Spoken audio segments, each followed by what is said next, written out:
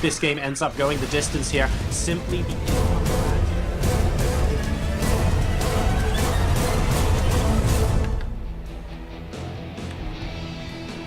Ladies and gentlemen, boys and girls, welcome to another Heroes of the Storm broadcast. I am Jorisar, and we have another game here on the map that is Haunted Mines, courtesy of Blizzard Entertainment, releasing this replay from us from the Technical Alpha. We have spawning as the blue team, ladies and gents, over here on the left-hand side of the map. Vala looking pretty swanky in that pirate outfit, I have to admit. Naziba, we've got Kerrigan, we have... let me see, we've got Tassadar as well, and Stitch is rounding out the team. I love the fact that they're called Easy AI. Meanwhile, over here we have Tyrande, ETC, Jim Raynor, Gazlo, and that's a Lumberjack Uther over there. What an awesome skin there. I am a big fan of that. Looking pretty cool indeed. Of course, ETC standing for Elite Tauren Chieftain. Part of Blizzard Entertainment's own branded musical team is what I was trying to say. So Haunted Mines is a pretty cool map. Once in a while the mines underneath will open, which is why you see actually on the bottom right of your screen at the mini-map there's a second section, if you like, underneath. That's because that's the underground section underneath this map, which you can get at through those little houses that you see on the top and bottom there. Ooh, and a hook from Stitches straight away implies that these teams are really going to go toe-to-toe here as we start off the game in the top lane. A lot of potential damage to go on here, but really not too much in the way of heroes doing damage to others just yet. Gazlo firing off the rocket there, doing a little bit of damage, and Vala's in just a bit of trouble. ETC coming and attacking an awful lot, but so is Stitch's Power Slide coming in, trying to pick up Kerrigan. Kerrigan would be able to claw back though, and ETC looking dangerously low health. There we go. Able to kill off a hero first is the blue team. Another great hook coming in from Stitches. Blue team are not done yet. Good heal going off there on Tyrande. Will she be able to escape? No, is the answer, and 2-0. Blue team is up at the moment. A fantastic early engagement. In the meantime, on the bottom lane, looks like we have Naziba and Reyna going head-to-head down there. But really, the story's all been blue team so far. Of course, this early in the game, the heroes tend to resurrect very, very quickly indeed. ETC looking like he might want to get a bit of round 2, but very, very difficult to kill him, and he will be able to get out of it safely indeed. These heroes resurrect very quickly at low level, so while it was a massive annoyance for Red Team that 2 of their heroes were killed very early on, it's not going to be a terrific loss for them just yet. Now we can see a shot of the underground there, where the heroes will be able to go in and kill off the hordes of the undead army a little bit later on. What does that mean, you ask? Well, oh, hang on. I'll let you know straight after this fight, as Uther looking like he might be getting in a little bit of hot water here. A great time warp going down there. Not quite enough to kill him, though, and Uther is able to just about survive. ETC also low enough, which means the tanks here have to be very careful indeed. Trying to go after Stitches, unable to do so at this time. And it looks like Red are going to be able to successfully force Blue back for now. Stitches can't really do much in his current state. Raynor and Naziba just kind of chilling out on the bottom here. Raynor looking a little bit worse for wear in his Captain America skin. Alright, oh no, here comes Kerrigan as well out of the bushes on the bottom, not quite able to snag that ECC. Oh, I beg your pardon, is able though, Vala to finish him off, so he will go down. Now when those Haunted Mines open, just getting back to the point I was making before, these heroes can go into the underground there and kill off hordes of undead. When they die, they drop skulls, and there are 100 of them in total in the mines underneath. And these skulls summon a Grave Golem. Now, the Grave Golem, depending on how many skulls you've collected, is either really powerful or really not very powerful. There are 100 skulls in total. The number you collect is proportional to how strong that Grave Golem is. The problem is, though, while you're busy collecting these skulls to get as strong a Grave Golem as possible... Oh, and here we go, the undead are in the mines now. You need to make sure, or at least the idea is, you need to still try and have... Oh, as Raynor looking like he might go down here. Very, very flaky hero. Yep, there we go. You still need people up top to get that experience. It's really quite difficult, to be perfectly honest, because when all of your heroes are down in the mines, you need to make sure you have some sort of presence. Otherwise, the enemy team might just leapfrog you in terms of levels and experience. And here we go. Several heroes going down now. And Tassadar going to discover very quickly that they're not the only ones down here. This could end up being a bit of an awkward team fight, because Stitches and Tassadar effectively don't really have anywhere to go right now. Stitch is trying his best to lay down Uther, but Tassadar definitely the target at the moment of everybody's rock. Gazlo and Tyrande here also trying to take out Stitches, who's been incredibly hardy so far. The skull count is 26-0, by the way, because I think we have Kerrigan down south as well, just picking off as many skulls as she possibly can. It looks like Stitches and Tassadar will eventually die, but not before they cause a considerable amount of damage to the red team. Ooh, attempted hook coming out of there from Stitches, but I don't know where that was going. Tassadar finally goes down, 46-3. Kerrigan still doing a great job. In fact, Vala is down there as well, if you take a look at the minimap on the bottom right-hand corner. And meanwhile, up top, it looks like Blue is continuing to gain experience through, I want to say, I'm trying to work out who, I think that's through Naziba, and Naziba actually coming down, trying to pick off Rainer there, unsuccessfully doing so and going straight back up when it is seen that Uther is coming in as support. And this is the big golem in the mines, by the way. I think he drops, I want to say he drops 10 skulls, but I'm not 100% certain. The point is he drops an awful lot more skulls than the other guys. And if you kill him, you get to pick all of them up. We'll see if we can get the moment of death there. And there we go. Look, all the skulls being collected there by these brave heroes. And that actually means 80 skulls to 9 at the moment. Only 11 left to collect down bottom. Blue team have done an incredible job here in this particular push. In the meantime, they've also managed to stay ahead up top, because Naziba has just done such a great job here in the bottom lane. I mean, they're basically the end of level 8 versus the start of level 8. They almost have a full level up on their opponent, and that's actually going to come potentially into play quite nicely when they hit level 10. Because when they do, they'll have their ultimate abilities, and guess what? Red team won't. So let's find out if Blue team are able to capitalize on this. Gazlo at the moment giving us about a little bit of trouble, but should just about be okay there.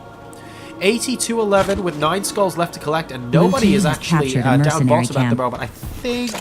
Yep, we do have someone from Blue Team going down now to just double check that and maybe collect those last 9 skulls so that the Great Golem spawn. They don't spawn, of course, until all 100 skulls have been collected by the teams. But we have a massive team fight going on at the moment. Blue versus red once again, of course, and Stitch is actually getting hit by 3 and 4 different heroes at the moment. It looks like he's almost ready to go down. Is he going to? Wow, he goes back for seconds against ETC. I'm not sure that's the wisest of ideas. Hooking ETC as well, but he's on very low health, so he does go down. ETC in the meantime looking like he is about to die. Is he going to be able to survive? No, it doesn't look like it. He will go down.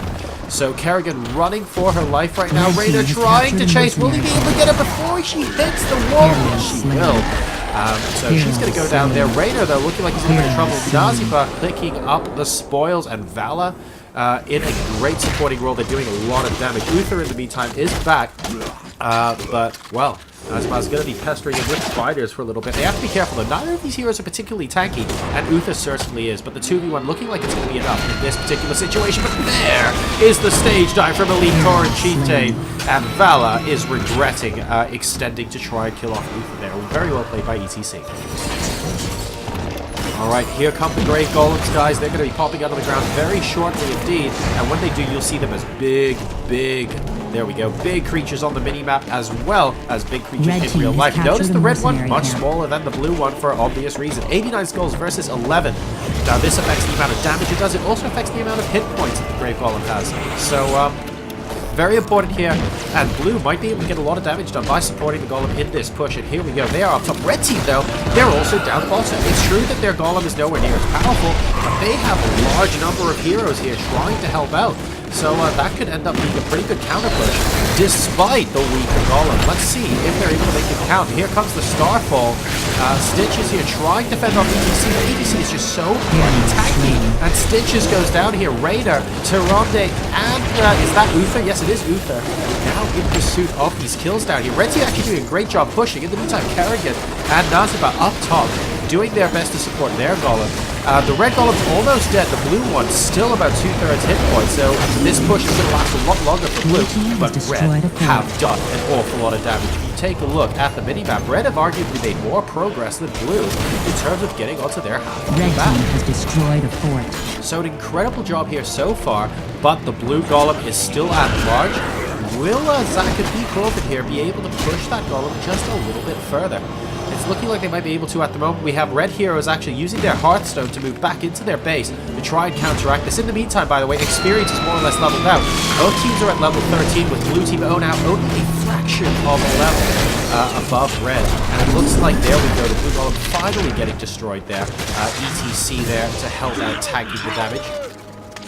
So, we have 7 kills to 6 at the moment in favor of the blue team, which is pretty good for the red team considering how this game started, don't forget, as Uther tries to get a piece of Nazgul, but too much success so far. But the Voodoo Doll being summoned here, is it going to be enough? Yes, it is. Will it kill off Uther? Not quite, unfortunately. Uther, of course, the hero that never dies, although Elite Tor and Chieftain is arguably just as difficult to kill. And here we go. Oh, a Devour coming in from Stitches there, and he spits out ETC, but very, very tanky, and the hook does not allow him to come back in. Blue team has captured a mercenary camp. Kerrigan is going to try and get a piece of the action, but might be overextending a little bit with Raider down there too. Needs to be very slightly careful. And we've got Mercenary Camp Knights coming in for the blue team on the bottom lane against red here. At the moment, they're both, but reasonably similar level, just level 14 versus level 13. Oh, and very nice, managing to catch him off guard there, so blue team goes a hero down. Raider running away after dealing a decent amount of damage. ECC now tanking a lot. There's the wall coming out from Tassadar. Starfall coming down from the red team. We've also got the Raiders ultimate ability coming out for red. Is it going to be enough? Tassadar looks like he's a little bit offside. And they're now 2 heroes down. Have to be so careful. Only Stitches, Tassadar, and Nazgul left for blue. Whereas red team are pouring forward in numbers in this top lane. Nobody in bottom at the moment, but those Knights actually doing quite a good job for blue team. Pushing forward into this fort. It looks like this fort's actually going to go down without any hero support from either side. Alright, the mines are going to be opening soon as well. Just 20 seconds until they pop out. And once these skulls are collected once again, guys, I just want to point out, the golems, they don't start from your own base and wander out across the map. Oh no, they resurrect where they were killed, which means it's going to be a heck of a lot closer to home this time.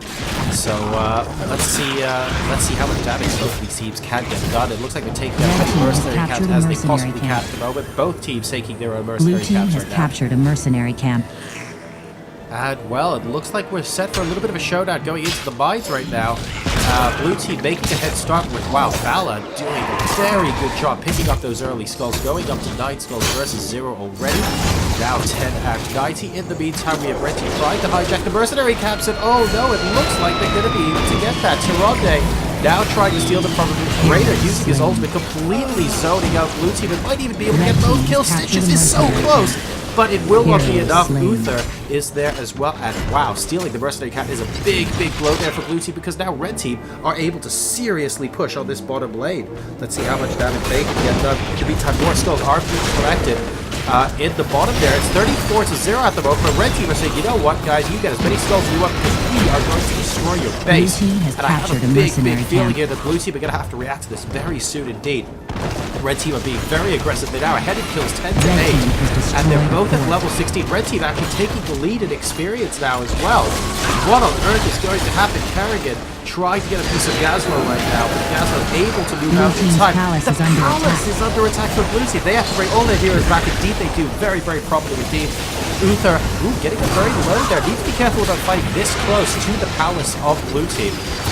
But red team, look at this with 4 siege ogres here as well. The palace, it's actually being bombarded right now. Blue team are doing everything they can to stay in this game. They are on the edge, absolute edge of winning or losing this game. Red team have so much aggression here. Raiders coming out for Jim Raider as well. Uther actually still there, all 5 heroes alive. And one of the heroes for blue team actually going down there. They are very close to their palace, so they will be able to move behind that shield and just regenerate very quickly. But they can't do this forever. I mean, red team are continuing to do an awful lot of damage to the palace, and they've destroyed another fort. 50 skulls versus 0 in the meantime in the undead mines, but the golems simply aren't playing a part of this game at the moment. And oh, that is a sick hook coming out of there, and a great devour from Stitches. Raider is in an awful lot of trouble, and I don't think he'll be able to stop. Or will he? Great save there from Uther, and it looks like Raider is going to be able to get away. Wow. Very exciting developments here. Blue team have finally got a foothold into their own base.